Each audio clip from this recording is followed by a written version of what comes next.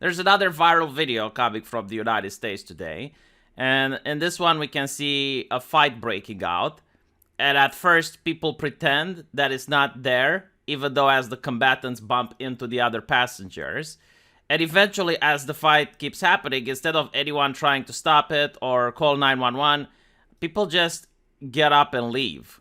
And they have like this facial expression that's like, oh God, like they're very bothered by it. It's almost like, oh, this is so normal, but like, does it have to happen now? Like it's bothering my day. And as I was looking at this, I realized that it would never happen in my country because people would look around and they could say, well, what if that's my daughter? What if that's my sister? What if that's my relative? Like, I would like someone to stop that. So you'd have people that would try to prevent the fighting from taking place. And this is not just about a casual altercation, which happened in the subway. I mean, there's far worse videos that you can see where crimes are happening in the broad daylight and people just walk around them like they don't want to deal with it. The worst that I know is a person getting raped on the train and the other passengers are just standing by and they're watching. So the question is, like, why is this happening in the United States but it's not happening in other places of the world? And I think the answer to this is that this is how people who have been brutalized behave. Like a person that has been subjected to psychological abuse, they're going to do their best in order not to set off their abuser.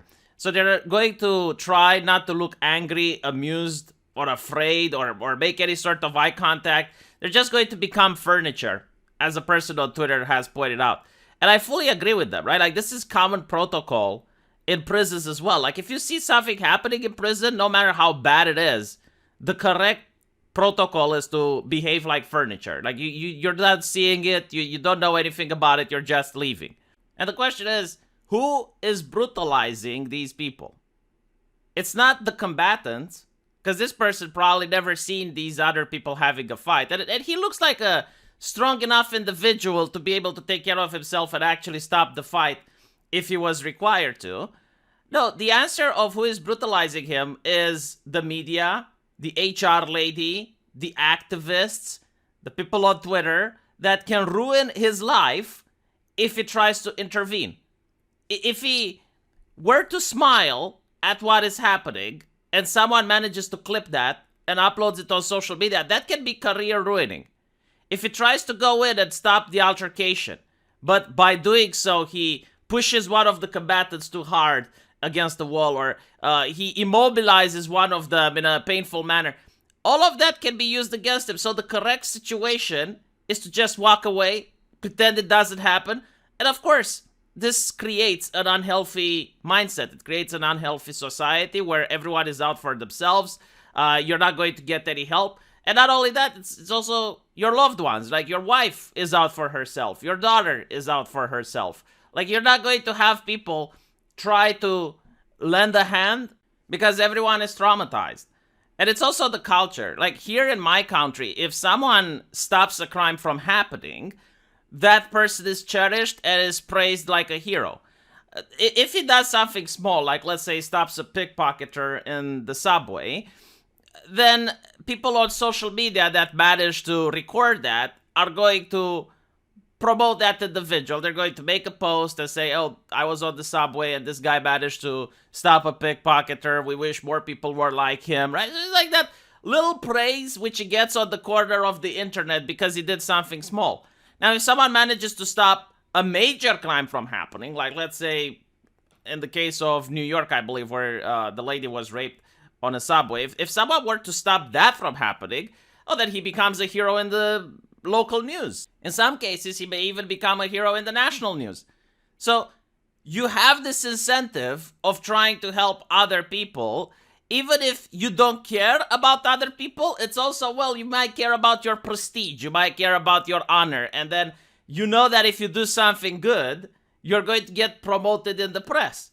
And then, you can use that in order to get a job or get a promotion. Like, everyone is like, oh, that's the guy. That's the guy that did such and such. I want him in my company, right?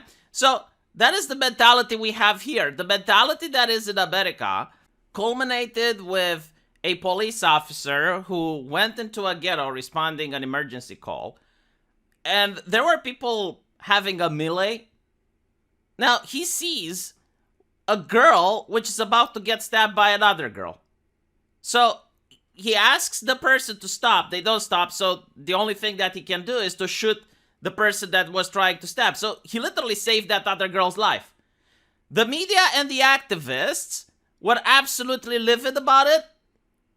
And initially they tried to point this as racist, but then they realized, okay, well, they saved this black girl's life, so it can't be because of racism. But then they tried to move that as being bad police work. And it's like, why didn't he use VATS? Why didn't he shoot the knife out of the hand of the perpetrator? Why was he such a bad police officer? Literally any question besides, why was it that a young girl was trying to stab another girl? Which is the question that should have been asked in the beginning. Like, why did it get to that point? Why did the police even need to arrive? Why was there a melee? Like all of that was treated as normal American life.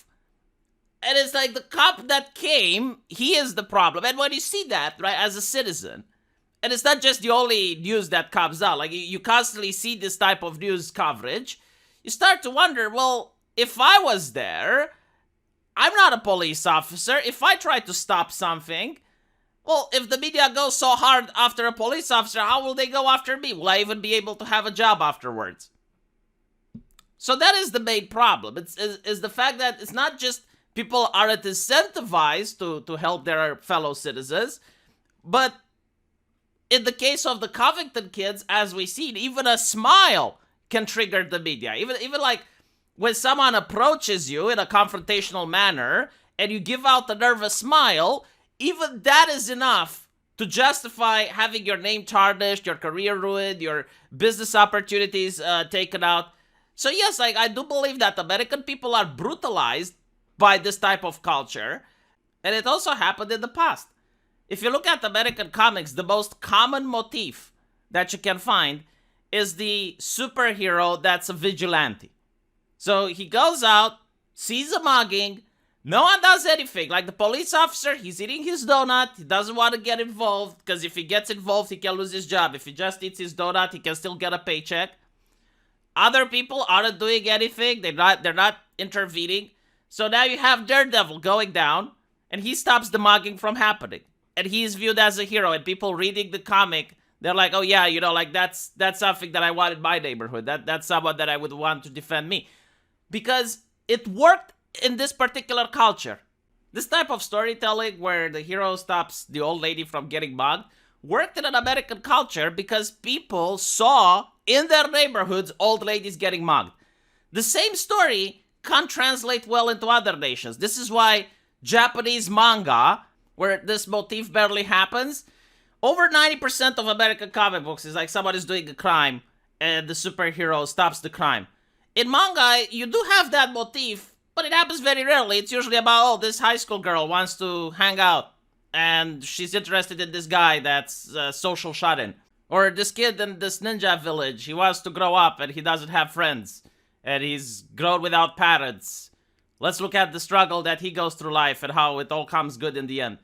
Like that's the different motifs. Because like the concept of an old lady getting mugged in Japan is something that most people don't have in their lives. I mean, they know it probably happens somewhere, but it definitely doesn't happen in front of them. They don't see it when they go to work. They don't see it in the trade when they come home. And because of that, their culture reflects that. Sure, you have some manga here and there where someone stops and helps someone else from getting mugged. But that is very rare compared to American comics, where that is almost the most common story that you can think about. And that is due to culture. It's because the American people have been traumatized. They've been brutalized by their own media, by the authoritative sources, by the Trust and Safety Council on social media, by the HR lady, by all of these people that have power over them. And they successfully turned the country into one of the worst low-trust societies that I have ever seen. It's unfortunate, but it is what it is. Let me know what you guys think, and I'll see you in the comments section. Take care.